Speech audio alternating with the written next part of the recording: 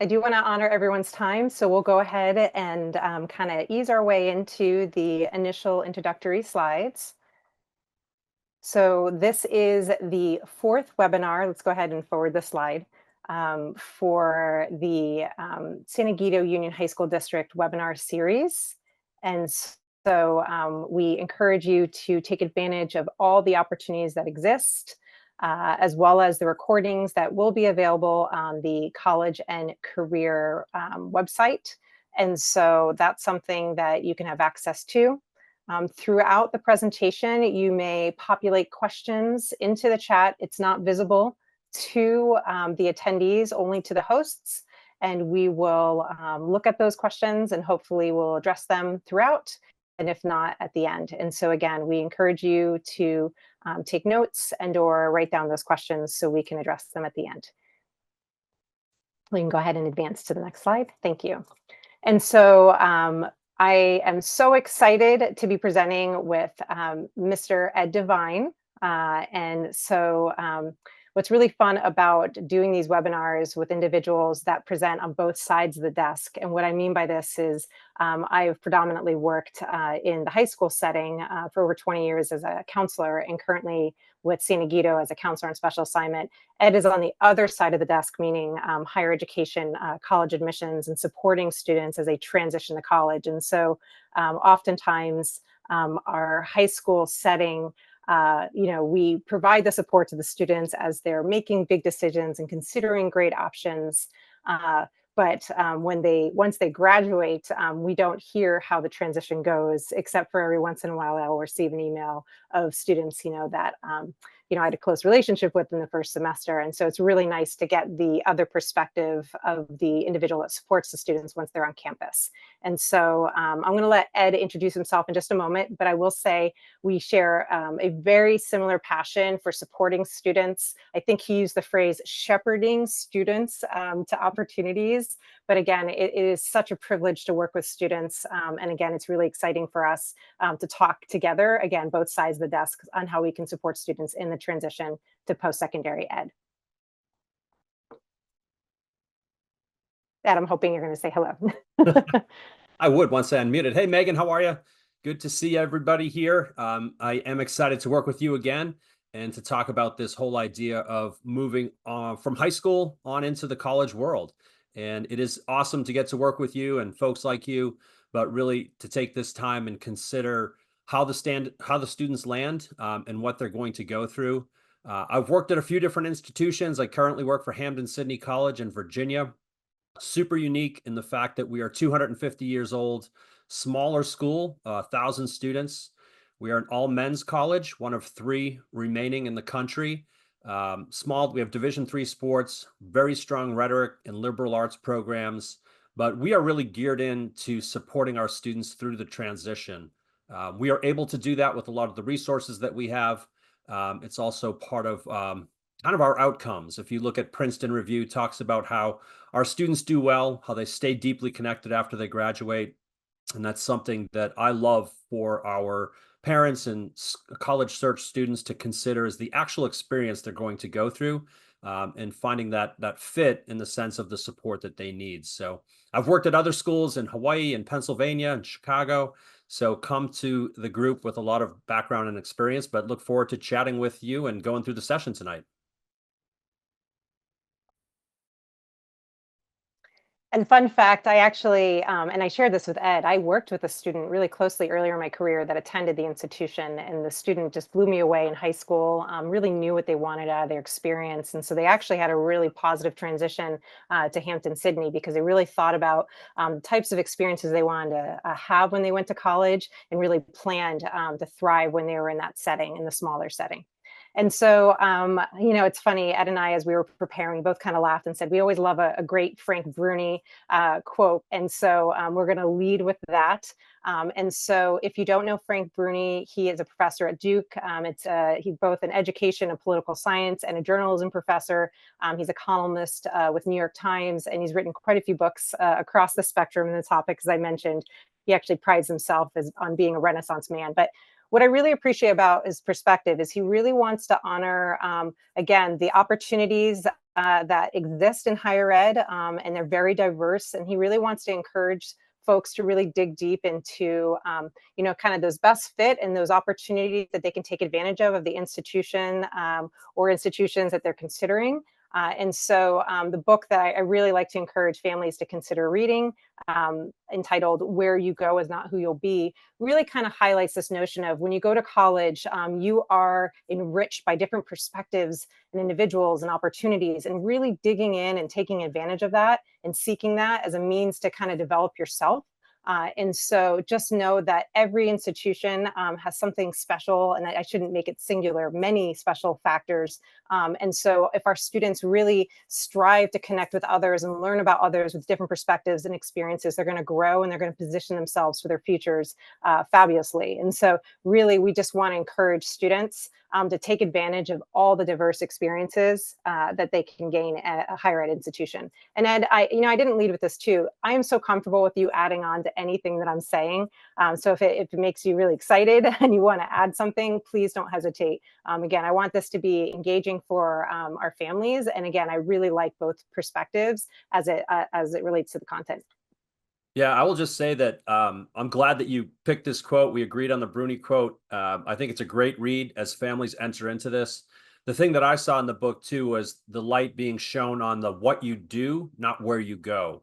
And I think for young people to really understand that it's about them and it's about the what they accomplish in the 4 years.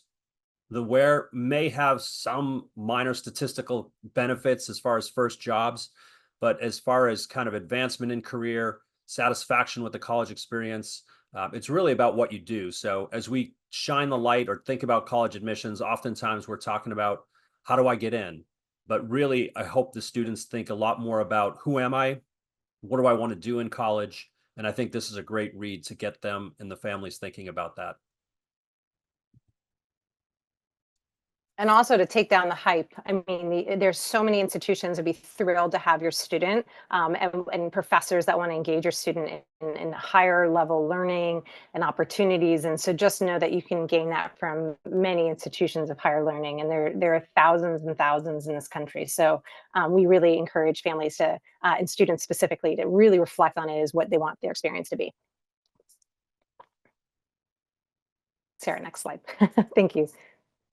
Okay, so tonight we're going to talk about how we can approach transitions with our eyes wide open. So we're anticipating, learn a little bit about what that looks like, understanding the change cycle and adaptation that students encounter when they're transitioning to post-secondary ed. Also, this is something they can reflect on and kind of rely on as they transition away from college, maybe into a career path or their next part of their journey.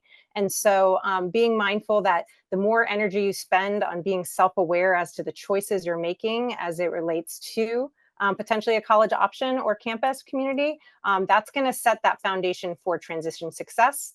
And then things to think about. Again, this is so your student is confident when they're confronted with all the changes in the decision they made, and they can rely on that, because we can expect certain feelings and experiences, although they look a little different from student to student, community to community. Please understand, again, this is part of that adaptation. And then Ed's going to dig a little deeper into the experience once you go to college. And that's continuing to go through that transition and change, and reasons for choosing those institutions, again, so you have those opportunities after college.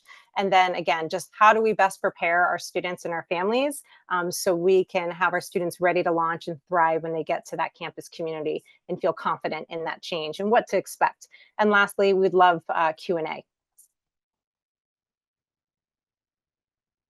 So the next few slides is kind of setting our understanding of what transitions are. And so I think the way Ed and I got really connected is I have a significant interest, per my work as a high school counselor, in ensuring that the students that we serve throughout high school and throughout their journey, as they pick the next steps, right, or path in their journey, that they're well prepared. And so I know that he feels as passionate about kind of normalizing and educating families as to this transition. we kind of find it as a rite of passage, especially in the United States, because we do have a good number of students, especially also in San Diego Union High School District, that do continue their education, and they are transitioning to a different community than the high school setting or the local communities that they currently reside. And so something that I think often families don't realize, as soon as students start conceptualizing the next step in their journey, or a college campus, or away from the current place that they are already moving out into their transition. They're looking at options, they're considering fit, thinking about what they want for their future. And so that is part of the cycle, and it continues. And so as students consider those options, investigate how their qualifications align with admissions data, consider the unique opportunities of these campuses, they're already undergoing the transition. I think for most of us, we focus on the getting in part and all the parts of the application, but they don't realize is as they're doing this, they are beginning to feel that transition because they are envisioning themselves moving on from their current situation. And as students start making those decisions, and I would say specifically to the summer before they step foot on that campus, they are moving through. So again, they've made their decision. They've gone through those initial processes of applying and again committing to a college. But here they're beginning to prepare. They're actually physically packing their stuff, and then they're also again kind of seeking out the resources and supports that exist on that campus to kind of lead them in their transition. And then the actual moving in process of that transition is actually once they're acclimated in that new environment and community. And Ed's going to touch on that. He gives a really kind of invigorating discussion as to what that looks like on their end. But really that cycle continues for our young people. And so again, just kind of normalizing, this is for many students, our young people rather, the first significant transition they've had, in their lives. And then they will continue to have these life transitions, over a lifetime. And so go ahead and advance to the next slide, please. And so as I spoke to, kind of normalizing this transition as a rite of passage. And so that kind of takes away, we want to honor the student where they're at and how they're feeling, but it takes away a little bit of the pressure of why is this a little uncomfortable? I might have gained acceptance to an institution or college I was very excited to attend, but why am I feeling uncomfortable? Well, it's because you are beginning to move out. You are beginning to say goodbye to your friends. You're beginning to conceptualize this new environment that you're going to have to adapt to. And so just kind of honoring them where they're at is what we need to do. And also acknowledging that, some days it might be really thrilling, exciting that you have this new life that you're stepping into. But it's also equally normal and acceptable that you might be, kind of concerned or missing the friends that you may have spent 4 years with in high school, or perhaps for some of our students, more than that. So please understand, again, for many, this is the first transition, but let's normalize the experience and kind of honor that the feelings are going to be up and down. And so as I spoke to you earlier, just considering and conceptualizing a different life, you've started the transition. And so with awareness, we can typically ground ourselves in that discomfort and just know that discomfort and that stress of what this newness looks like, or how I'm going to do, or how I'm going to make friends, that will appease at times. And so you just kind of got to ride that wave of emotion. And then lastly, again, this is something you're going to do over a lifetime. So I discussed the theoretical framework of change in the last slide. That original framework actually started for individuals graduating college to workplace. And so they realize there's applicability across the transition of anyone's lifetime. And so again, kind of honoring that you can do this. You spend some energy reflecting on yourself and what you want it to look like and preparing. And then also kind of just, again, recognizing that you're going to have feelings that are kind of all over the place, and we're going to honor that. And so as I say this, there are feelings that the students are having as well as the families. And so just having open dialogue and accepting them for what they are and kind of honoring this beautiful circumstance. And I say it that way is it's pretty exceptional that our students do have opportunities after high school should they choose. And so kind of just understanding that it's a great opportunity to stay connected with your young person, and for young people to think about, hey, I might not have mom, dad, guardian with me next year. This might be a good time to spend some quality time as I look ahead to young adulthood. Ed, I see the head nodding. I think you're present with me on Yeah. the slide. Is there anything you want to add? Yeah, it's just making me think, Megan, of tell to the parents tonight, try this as a little exercise. Stand at your front door and pretend you're saying goodbye to your student and they are heading off to college, or set the scene that you're actually at the college campus, and do your final minute of parenting before you turn and say, hey, we're getting on a flight to go back home. And to your young person, say, have a great college experience. Mentally do that, because the better you can set that scene and think about it, the more you really start to think about this process. I love doing this when I was working in Hawaii at Hawaii Pacific University.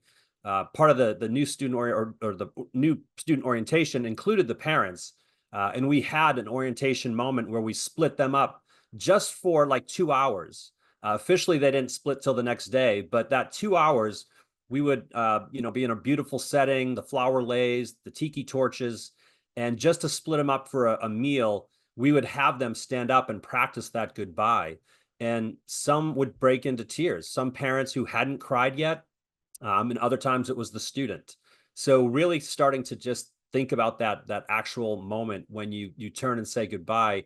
It's good to get it out now, to understand it is that rite of passage that Megan is talking about, but it's something new, something to be exercised. I think about some of the students I work with, and maybe students in the San Diego area who are from the military backgrounds, and some of our students who are so uh, kind of, this is so much a part of their life. They've transitioned with their families, moving from place to place. And on the other end of that spectrum, we're telling them they've got great street cred in their ability to navigate transition if they've moved from place to place. But for some of these young people, it is new, it's a life skill, and we do have to be patient with them because it is a first time they go through it. The scariest thing is when they land on our campus and haven't visualized it yet. And I worked with a student once that flew all the way from Connecticut to Hawaii, decided on the plane ride they hated it, was a bad idea, probably from looking at that little map on the back of the seat in front of them, realizing how far from home they were. The student flew back right after they landed, got another flight, and flew back. We tried our best to get her to come and see the campus, have lunch in Waikiki, and she said nope. Flew back home and called me a semester later and said, I'm ready to transfer. And I said to her, how come? What happened? And she said, I just never visualized the actuality of going away. So think about that, parents, think about that, students. I will talk later about the programs and what to ask colleges, but actual things you can look for on the college campus that will help with that. And as you tell that story, it gives me chills because it reminds me of I do receive quite a few emails from former students, some that go to snowy conditions coming from Southern California and cold and it's dark. And so even though they were thoughtful about the program and the intention of going to that institution. And so again, I really do like this notion of visualization of what that community might look like. Beyond visualization also, and I think you'll speak to this, one of the beautiful things of the current era of post-secondary ed is there's so many tools on the college websites to do 3D tours, virtual tours. I'm sure there are live cameras, especially for areas that have seasons. And so our students can engage campus communities that way as well, as ways to, kind of see themselves there and what it might look like. And so just again, to underscore the notion of let's normalize change and kind of anticipate the stress. And so, stress gets a lot of connotation, typically negative. But stress also, motivates us to do things and to prepare. And so knowing that the stress is really just getting used to being uncomfortable and then kind of, again, adapting, that's the type of stress that you're going to experience as you, again, not only plan, but also commit and then step foot on a campus. And so just knowing it's there and then knowing that, stress is part of the experience. I think for many students helps them accept and understand that it's not going to be there throughout their 4 years. And I think Ed's story was a great example of, again, the student was ready, half a year later. And so again, just trying to anticipate as much. And for some of our families, they're just actively in the moving out stage of investigating options. I hope that come back to this or you remember a couple sound bites from this and just know that this is part of that transition process, and developmentally this is where our young people are at, again, as they aspire to great things and they plan for their post-secondary future. And so another way to support your student being well prepared for a transition to life after high school is allowing them to make decisions. And so, I have to be candid. I have a 10-year-old, but oftentimes I kind of have to, lighten the reins and allow her to make decisions and mistakes, and be there to support her. And I would say the same for our high schoolers. Again, developmentally appropriate, but maybe support them, setting up appointments for themselves, or whatever within the values of your family, or how it's organized. Maybe support your young person learning how to cook, and so that they're well prepared. And so some of these experiences will make them more confident, especially if, say, they try something new and they're not great at it, and then they're able to, develop, and they're able to accomplish whatever it is, the new task that they're trying. Or if it's, say, I love bringing up the cooking example, because oftentimes, there's a lot of, pop culture that talks about, at least in our generation, ramen, and how young people don't know how to cook for themselves, and they have certain meals. But I do have, I do believe our young people could be be great chefs, and so they could prepare themselves with meals that are within their budgets, that are accessible within their microwaves or whatever they have in their dorm room. And again, allowing that space, that trial and error, and kind of laughing through with humor their best preparation for that life that they're about to lead. And so I spoke to allowing the space for young people to make decisions, appointments, also being mindful that, as they transition into their adult lives, they may not be in touch as much as they are in the high school setting. And so I know in the current era, we're really connected with our young people. I know here in California, and specific to our district, there's a little bit of a push this year not to have, the cell phones during the academic periods. But I definitely find that, and I think everyone would agree, that we're quite connected with our devices and whatnot. And so maybe just coming up with a routine that works for your family of how you can communicate to confirm safety, and then also times that you can check in. And so I always encourage families to consider, maybe a weekly check-in, even in high school, to review the week that's ahead and academic expectations.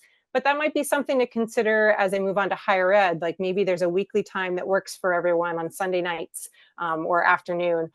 Again, whatever works that schedule, and kind of practicing that. I will say, for our young people, if they are balancing, an academic schedule at the college level, as well as an extracurricular, work, internship, what have you, they're not going to be able to stay connected, and it wouldn't necessarily be appropriate to be on a device. And so beginning that kind of distancing, but allowing that schedule so you have that support, and you're going to have that weekly check-in. Ed, again, feel free as I go through these. I also think this is a wonderful time to just listen to your young person. They potentially are moving on when 1 year into a new community, and they're going to have incredible experiences. And I think for us as families, we really, this is why we do the work, right? We love our young person, and we want to give them all the opportunities in the world. And so just staying connected with them, maybe finding a common activity to connect and kind of keep low pressure, or just check in with them about how they're feeling with the transition is a good idea. And then lastly, reminding young people of their core values and who they are, and that they're great people. They have a lot to offer. And then be mindful that they can set boundaries, even in new settings, of what makes them comfortable and the type of people they want to be, and what their family values are. Yeah, Megan, on that last point, that's something that the deans of students really highlight, is kind of going over that value set that the student has grown up with. It's very likely that they'll step out of bounds on that when they get to college, as they have all these adult decisions to make. But letting them know that there's room in failure, and room in kind of safety in doing that.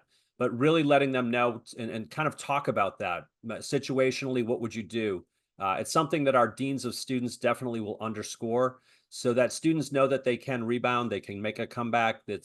It's their time to do that, and letting them fail, letting them get that skinned knee is part of the process. It's a little tough when the parents aren't there, but as long as they know that the university, the college, should provide that support system for them to check back in and kind of make sure they're staying in the bounds that they feel are part of their ethical value system.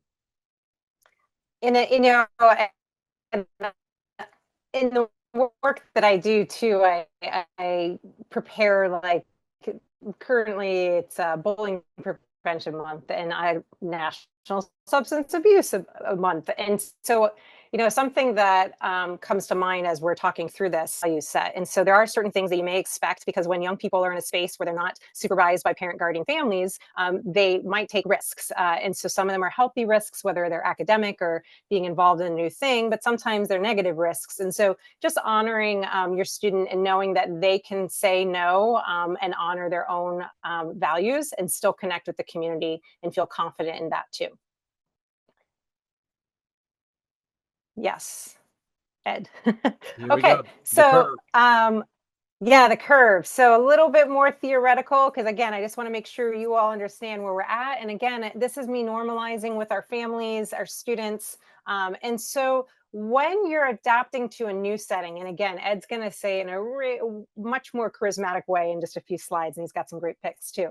But when you're adapting to a new situation, you come with a wealth of feelings. And so it's really, important that you acknowledge students are not alone. There are people there to help them, at the institutions they are attending. And that's something that as you're investigating options, you can, seek out those resources ahead of time so you know where you can go to get help.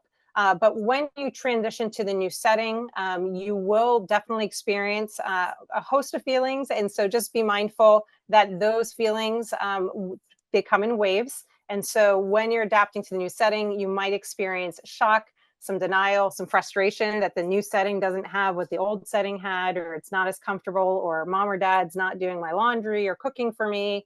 And how do I balance everything? But just know that students will adapt and they'll be able to create new routines so they can be successful.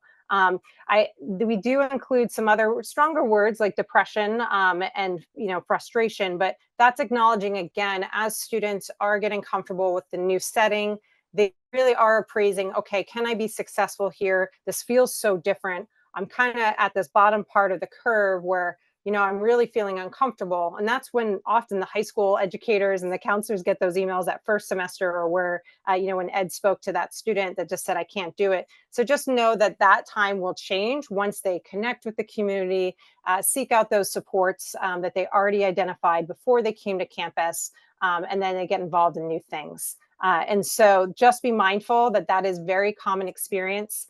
I have a neighbor that I was very close with throughout high school, ended up attending UC Berkeley.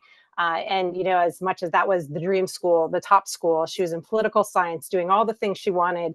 When I saw her that first semester, she kind of looked at me and she, with, kind of teary eyes, said it was hard. And she was really honest with me. And this was a girl that, on, the social media looked very happy and connected. But this was just her going through the stages of the change and the transition. And now she's just flourishing in second year at Berkeley and just really loving the community and the opportunities it affords. So just anticipate it as a means to bring down kind of the stress. And it is very reasonable for you to talk to others if you feel comfortable about it, your peers on campus, or the support resources that exist on campus.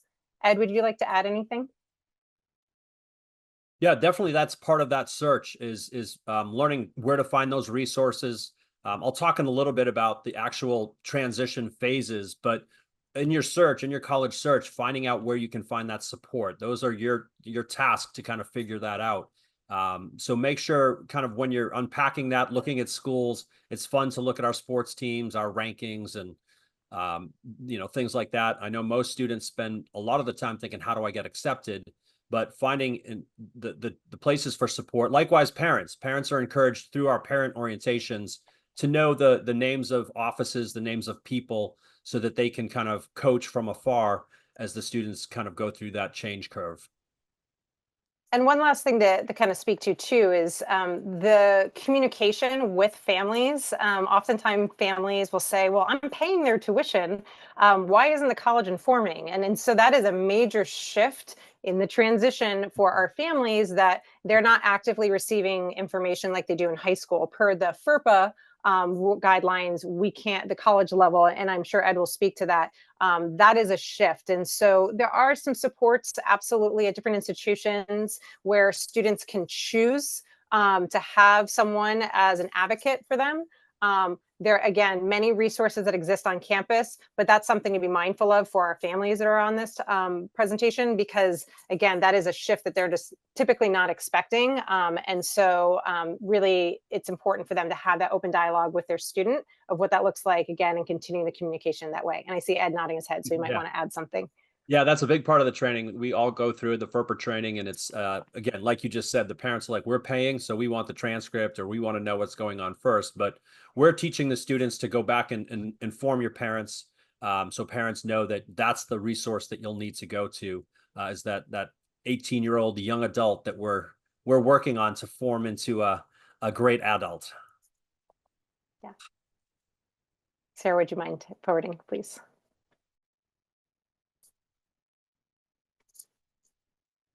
Okay, so I kind of spoke to this earlier, just this self-awareness of, why you're wanting to continue your education. And so part of the why is, okay, if you're choosing to leave the local area, kind of understanding what the motivation, right? And so that's going to ground you when you're feeling some of that stress that comes with the adaptation to change. And so being mindful of the motivation. And for some of our students is they want different opportunities. They want to live in a different community. They want to learn from other people. They want various exposure. And so when students are confronted with some of the more negative or those feelings that feel really affecting in the moment, just reflecting on those motivations originally when they, applied to and, accepted an offer to attend a certain institution, kind of grounding yourself in the motivations of why you wanted to continue your education and specifically to that institution. And hopefully, again, they can list at least half a dozen things that it's really special and befitting to them as students that led them to choose to go to that campus community.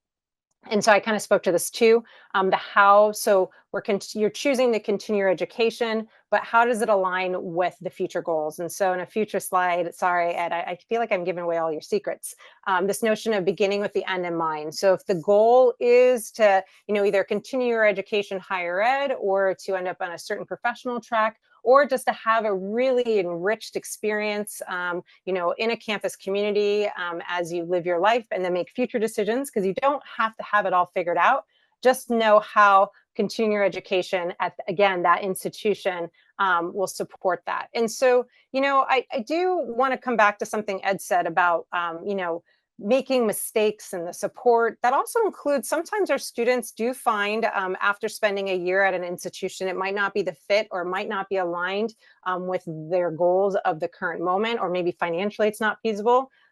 Definitely have supported students that have transitioned to local community colleges or to different four-year institutions and have had considerable success. And so we do want students to not feel like they're stuck in that decision, but we do also want them to feel confident that it doesn't have to be a quick knee-jerk change if they are feeling uncomfortable. And hence why we're talking about this is we should expect a little bit of that discomfort in that adaptation to change and throughout the transition. But again, there's richness once you find that you have adapted to that community and you've integrated yourself. And I see Ed nodding. Do you want to add anything to that?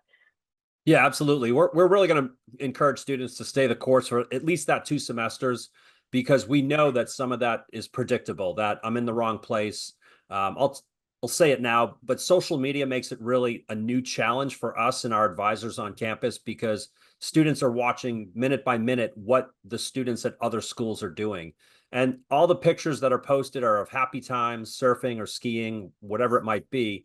And the student on a campus is thinking about their midterm or their final and the struggles. And you're going to go through that wherever you go. And just having students understand that it's part of that natural process, I think helps them to have eyes wide open to the whole idea. And knowing that if there's a time you need to transfer, our advisors will work closely with you.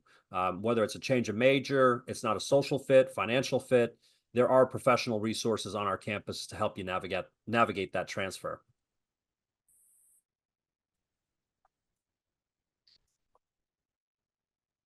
And I think that was a perfect segue to the following bullets. And so again, just students being mindful in that self-awareness journey, and as they look ahead and plan for that transition to post-secondary, just where they're comfortable financially, how does it fit? And so I am seeing this time, and so Sarah, I'm going to ask you to progress the slides.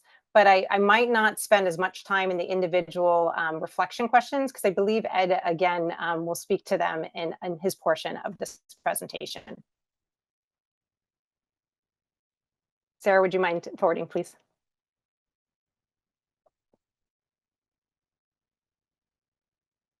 Yeah, so I'll jump in, Megan, if that's it looks like we're ready to talk about what's exciting about this session to do this for me is we're kind of thinking about May 1. Our students know that that's their, as a senior, your deadline, your decision deadline. That's a national reply date. So if we think of May 1 of your senior year, you're going to make a choice. All the things you do, all the work you do from sophomore, junior, and through senior year, the application process, hopefully you're understanding that you're trying to build capacity to choose the one school that you will go to. So a lot of wheels spinning when you think about the application process, when you think about the essays, do I test or not? That's all part of the process. But again, you're moving towards that day in April of senior year when you as a student have all the power in the world. Yes, some schools may have denied you. Yes, there may be schools that are unattainable because of cost, but ultimately you have a choice to make. And here's some great reasons that students give us for making a final choice on their college selection. We can look through that list. If you do have access to the Q&A, if you see one that stands out to you, please type it in there. Or if you see something that's not there, feel free to type that in. We love to get that feedback from you. But these are all valid reasons to make that college choice. And they're all going to build a groundwork or a base for you to land on our campus and be ready to get after it. The importance of thinking about the things that are meaningful to you is that we're going to use that information, that knowledge, that what you pulled out of your college search, we're going to use that to get you through freshman year. And so parents oftentimes will ask you to signpost for a student, for example, at tough times. I don't like the weather here. Well, I know that. We talked about it. But remember, the big basketball games are coming up. And remember the March to March Madness. Those kind of things are what get students through some of the tough times. So when you fall back on and make that decision, here are some of the things that will make sense or be part of that reason. Reputation is never a great one. You're never thinking about this, and this is a big part of the Bruni book, about getting into the best school that you can get into. It's not the right way to approach the search because it undermines this understanding that you are going through this. It's what you do. It's what you make of that educational opportunity that makes sense. So never think about how do I get into the best school that I can and then go there. It's going to go well beyond that. But all the other pieces of this, residence life, sports teams, activities, the surroundings, can I surf, can I ski? That's all part of a good college search. You are coming to us to learn, but also to be part of our living communities. And if we click to the next slide, Sarah, we can take a look at the top 5 reasons that students make their final college choice.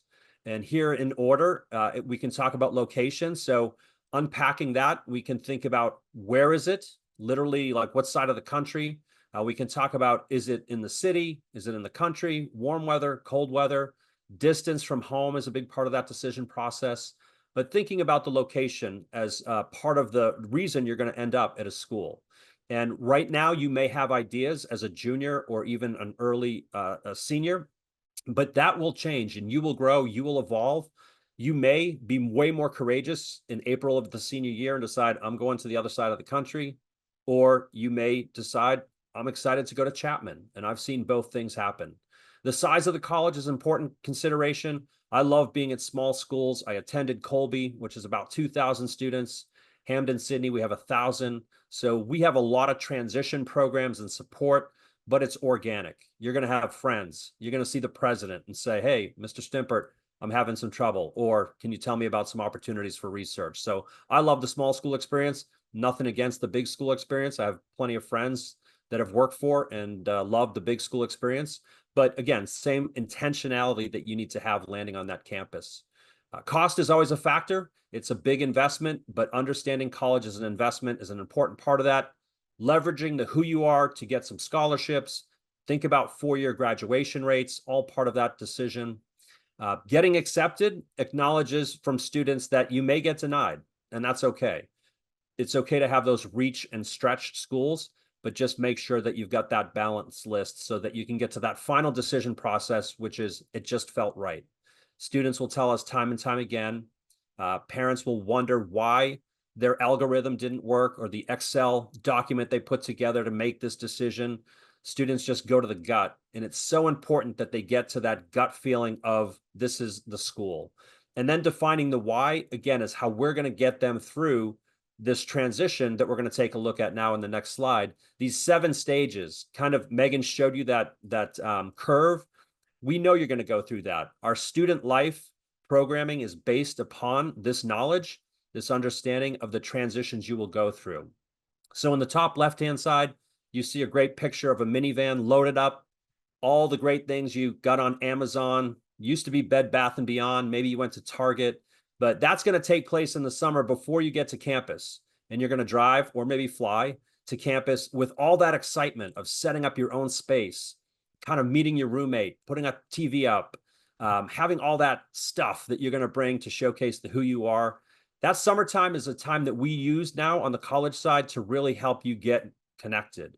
We will have you meet with advisors. You can use social media to connect with fellow classmates. You might be invited to local events in San Diego to really connect with students that will be joining you. Take advantage of that summertime connection opportunity, because we know when you land in stage 2, the arrival fascination, this is when everything is awesome. The dream has come true. I will tell you, all the pictures in our brochures and on our websites are taken in the early fall when our campuses are gorgeous and beautiful. Those are happy times, happy students. That arrival fascination is a time that we capitalize on the newness.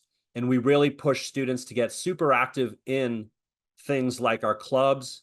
We have events, a barbecue, for example, may be hosted by our academic support team.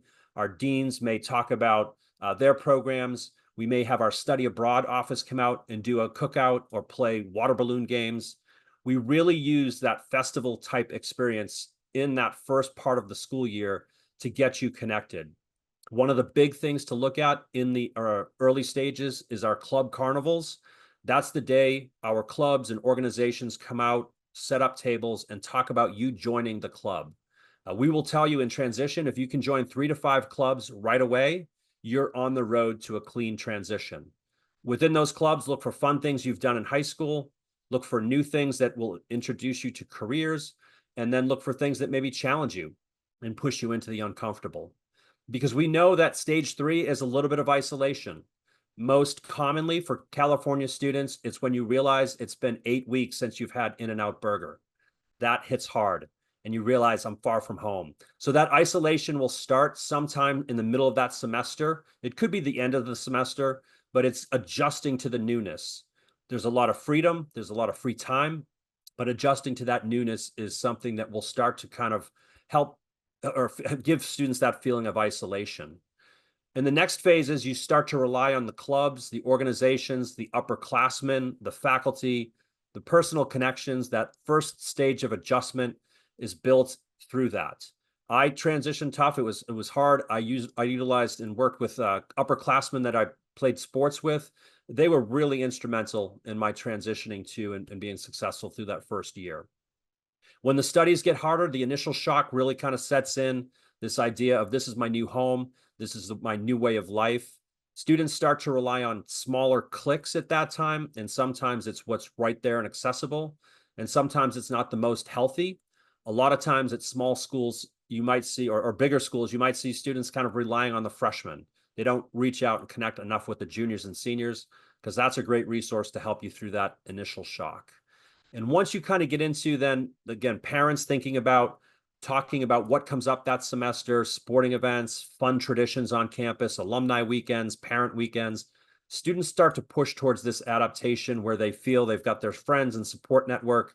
And that could, again, take place as early as that first semester, but very often that's not until April of the freshman year. That picture is our guys getting together in March. Our team was selected for the March Madness tournament. A real good sense of time frame for that February, March, April, when students start to feel like this is okay, this is me. And then the final stage, that final advanced adaptation, this, parents, is when you're not necessarily going to like it, but this is when students, and I just heard from a student from Bakersfield, they come to mom and dad and say, hey, I've got an opportunity to stay on campus and do research this summer. or I'm going to do study abroad for the summer, or I'm going to go stay with a friend in Martha's Vineyard. That advanced adaptation is when the new home is claimed. They understand they can always go back home. They can stay in touch with their family. But an important part that we see some students claiming as early again as first year, some even into the sophomore year. So those are those 7 phases. Again, my advice to young people searching for colleges is think about the new student orientation programs. Ask, what are the new student orientation programs? What are the opportunities? How do I register for classes? Who is my advisor? Can I change majors readily? Those are all questions to ask. And then always research on a college website all of our clubs and organizations. Some schools will have hundreds. So find out what you want to do. Think about the 3 clubs that you would join on a particular campus and share that with us in an interview or an essay about why you want to attend our college. Really kind of spend time on that student life page. Additionally, look at our calendars online. Look at the fun things coming up. We have homecoming at Hampden-Sydney. We'll welcome probably 8,000 to 10,000 people to campus for our football game. A lot of alumni come back. It is going to be a great time for our West Coast students to really get that sense of belonging in their new community. So look at our calendars as a way to signpost and think about what's coming up behind you. And if we click to the next slide, this is just a little piece where I could probably bring Megan in too, but this begin with the end in mind. What I ask students on campus, how would you redo your college search? How would you reframe it? Or what would you tell the high school juniors and seniors? And they say, really, it's simple. Spend time doing the research, thinking about the application, but always adding to and creating your bucket list. The what do I want to do in 4 years? And it could be as simple as sitting in a dining center, having dinner with your roommates, your classmates. Could be as grandiose as research that you want to do or study abroad opportunities. But just really think about that, fine tune it, readdress it in May after you make that final decision. Revisit that bucket list because that's what we're going to ask you to do. Think about in freshman year, what do you want to get involved with? I talked about that 3 to 5 club rule. Find the clubs. You can even write to our club leadership before you enroll in the admission process. Hey, I'm interested in rugby. Hey, I'm interested in fishing. Can I talk to or can I find online the person to write to? So think about those clubs. Think about experiential learning. Learning and has changed a lot, but look at the opportunities to learn on Hampden-Sydney's campus. We call it our Compass program. Research, projects with faculty, projects in our local community. Be aware that that's part of it. In this transition, understand you probably will likely change your major. I was supposed to be a doctor. I did my internship after becoming an emergency medical technician. I saw my first patient in the hospital and quickly became patient number 2. Fainted, laid on the table, got up the next day and thought, what am I going to do? Thankfully, I was able to talk to my friend David, who was older than me. He said, don't worry, it happens. He put me in touch with an advisor who helped me understand that I really loved the idea of helping people. I just didn't want to see their insides while doing it. So I transitioned to working in education. So think about that your major might give you some direction, but it might be altered. It might change. Think about soft skills too. Think about things like our rhetoric program at Hampden-Sydney.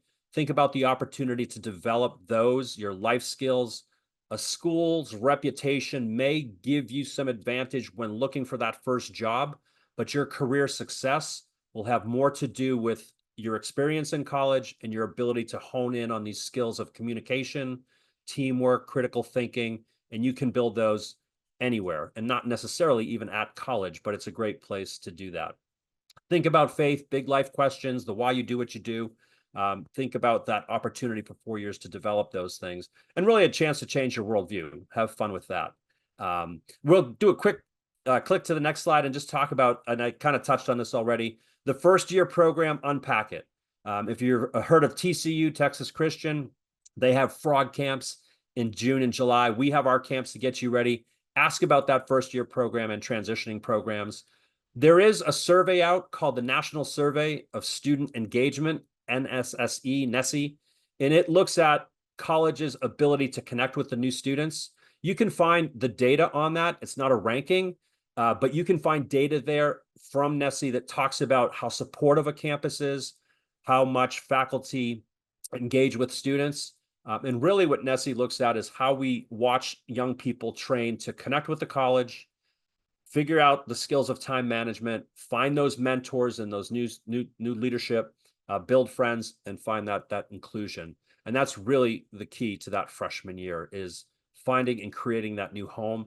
And I love that we get to sit and talk about this with you while you start out on that college search. But Megan, I know we could get fired up and talk about this for another hour, but what are you thinking about freshman year and transition? And there's a great grid on some of the stuff we talk about, our faculty student engagements, and then how we have a very supportive campus. Just two examples in that bottom slides of what kind of information you can find from the NESE surveys.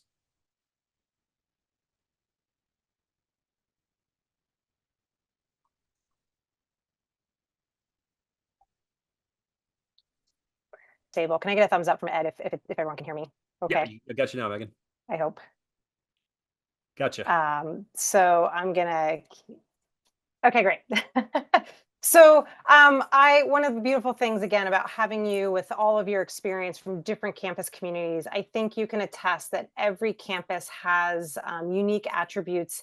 And for the most part, campus communities do have these freshman year experiences and advising so that young people feel the support as they transition and as they adapt to a new setting, so they can take advantage of all that they have to offer at the institution. And so with the last slide, I'm not going to play the video on the left, but I do want to draw your attention. There's a great organization, Harvard's Making Caring Common project. And so there's a lot of discussion about, not only just taking the hype out of, selective college admissions, but like looking at the people and kind of, who our students are as they look ahead and as they plan for great things and what the colleges have to offer, and kind of honoring the richness again of the different experiences of the students. And so also in this video, and you can find very much on social media, lots of like really insightful perspective from these admissions folks. But this video in particular kind of speaks to sometimes our families kind of project what they had wished they had done in their post-secondary journey, and being mindful of that with our students. And so just kind of honoring their journeys and their wishes so that they can have their dreams fulfilled, and support them and ask them how to support them as they transition to their new communities. And so lastly, I do want to leave, kind of this perspective again, Frank Bruni, kind of talking about having our students not evaluate their worth based off of the rankings of the colleges that they've applied to and gain acceptance to, but rather reflect on kind of that match you're ultimately attending, all those things that it has to offer, and how confident you're going to feel in that transition. And just so again, there's so many institutions for our young people that they can thrive in, and our families too, that they can support them in those institutions. And just know that it's not a ranking. It really is, your student being self-aware as to, again, the motivations. Where do I fit? Where am I comfortable? How do I enrich my experiences, expand my worldview, and thrive as I look ahead to my future? And so again, I do want to encourage all families to think of that. And so I am going to say thank you so much for attending. I know it's evening time. I apologize for my internet connection. I hope we got a good amount of content and perspective, both from me and from Ed. We definitely would love to respond to some questions, although I don't see any. Hopefully that means that we really touched on the theoretical kind of perspective of this transition, and everyone's well prepared. Or should you have any questions for Ed, I'm sure he'd be happy to answer some questions from the other side of the desk, especially having worked at many institutions. So I'm going to pause. Ed, is there anything else finally you'd like to say as well? No, just to underscore that. Yeah, do reach out. We love to talk about the process. Always great to work with folks from San Diego. My first 3 years in California were right down the road in Carlsbad. So we will look out for you, and happy to guide students on that are checking out unique schools like Hampden-Sydney. So please do reach out. And so I was reminded for families, should you have a question, the way you interact with us is through the Q&A feature on the bottom kind of right-hand side of the screen. And that is how you're able to pose questions that go directly to the panelists. And so Oh, thank you so much. We got some positive feedback. I wish we had seen this with our two students. So thank you. I really appreciate that in live time. Yeah, no, we really love and support students. Again, when I was preparing for Ed's bio, he used this phrase again, shepherding. I love shepherding students. And I would say I think the same way. It is the ultimate privilege to support high schoolers as they aspire to great things and plan for their futures. But we also want to make sure they're ready for that transition. Again, that normalization really does help them when they're confronted with some of the additional stress that comes with just getting used to new circumstances. Yeah, just off of that, Megan, just the families. Oop, Thank you for the next positive. Sure. I was just going to say, Megan, if they just to encourage people to understand, we work for the Office of Admission. We love what we do. So please approach the college reps that way. One of the funny things I like to tell students and families is that eventually you can make that one decision. And I get the breakup message or call often from students who say, "Hey, I didn't pick you." And it's crushing. It's crushing to us when that happens. But I love getting those calls. I love when a student closes the loop, especially if it's, I will always write something positive back, like, "Hey, I love that school, great school." If it's a competitor, we might trash talk a little bit because I know we'll see you across the field at a football game. But we do honor this journey, and I think anybody in admissions approaches it that way. So, no, we're going to build this relationship. We know that you can only take and choose one of us, but be willing to understand us and see us as people, because we love the for young people to approach us and for us just to share our experience and knowledge of what's coming up next for students. Um, it's their personal decision, so we never begrudge that, but do not fear approaching an officer of admission.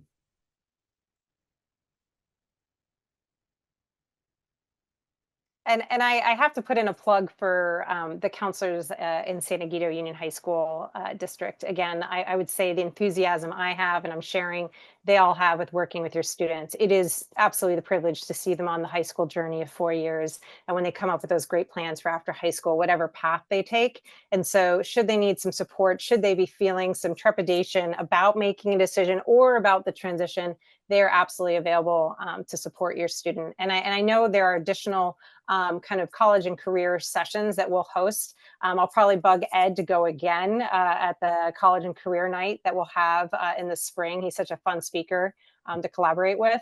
But again, just know there are many staff members on campus that are absolutely here to support your student and your family should you have questions or just kind of want to talk through again, how do we best prepare for this transition? And so I do see some of our attendees exiting, and we want to honor your time. So, Ed, is there anything else you'd like to say? Or we might stop recording and say thank you so much for attending our webinar. No, just always an honor, Megan. I'll do it anytime, any place. So just let me know when. I love Okay, working with so you. at this time, okay.